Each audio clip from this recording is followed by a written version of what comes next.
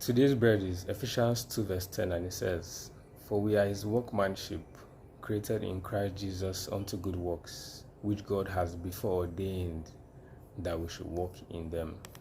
So, first of all, we are his workmanship. That means we are God's handiwork, and we are his perfect work of art. And we are created in Christ Jesus, which means that we have been spiritually transformed, renewed, and we are ready to be used by God. And then unto good works, that's to do good, do God's will and God's purpose here on earth. And then it says that God has before ordained, which means that it's already prearranged way before we were formed. He has ordained that we walk in these good works, do his good will and his good pleasures. And then we should walk in them. That's we should walk in these works that we're meant to do. That means that we're meant to walk in them, which means we're meant to be living the good life which he prearranged and made ready for us.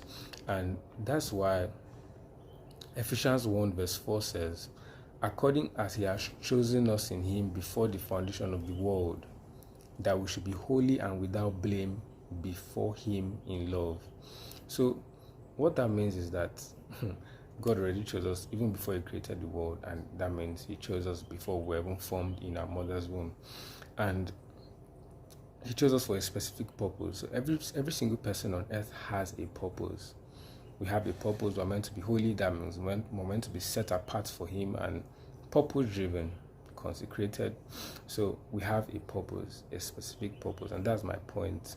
Every single person created has a purpose, and then the purpose is to do God's will. That's God's purpose for our lives, and it differs from one person to the other person.